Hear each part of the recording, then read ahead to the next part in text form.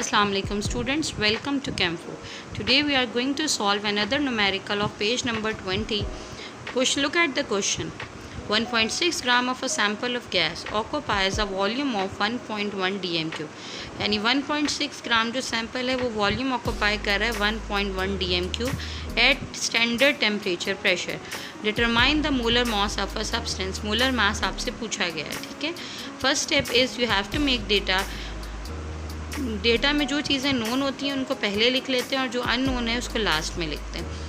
Mass of sample it is 1.6 gram, volume of sample 1.1 dm3 and molar mass of substance आपको मालूम करना है. Now look at the solution. You all know that 1 mole of every substance, any substance, occupies 22.414 dm3 and it is called molar volume. So we can say that 1 mole occupied 22.414 dm3, or we can say that 22.414 dm3 occupied by 1 mole. So 1 dm3 is occupied by 1 upon 22.414 and 1.1 dm3 occupied 1 upon 22.414 multiply by 1.12.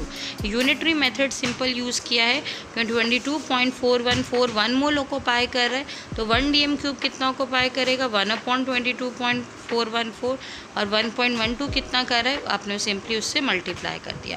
Answer आया 0.0499 moles. फिर आपने molar mass मालूम करना है. Use करेंगे formula moles is equal to mass in gram upon molar mass. Mass in gram मालूम करना है, मोल्स आपने कैलकुलेट कर लिए हैं दैट इज़ 0.0499 और जो है multiply it is molar mass ऊपर चला जाएगा, मोल उसकी जगह आ जाएंगे. आपने क्या किया सिंपली अरेंज किया फार्मूले को. मास इन ग्राम अपॉन मोल्स हो गया. मास इन ग्राम 1.6, मोलर मास जो है वो आपने मालूम करना था वो आपने ऊपर ले गए. मोल्स जो आपके पास हैं 0.0499 एंड वी गेट 32.06 ग्राम पर मोल. that is equal to molar mass of oxygen. We can say that the given sample is oxygen if it is asked. Otherwise you will simply calculate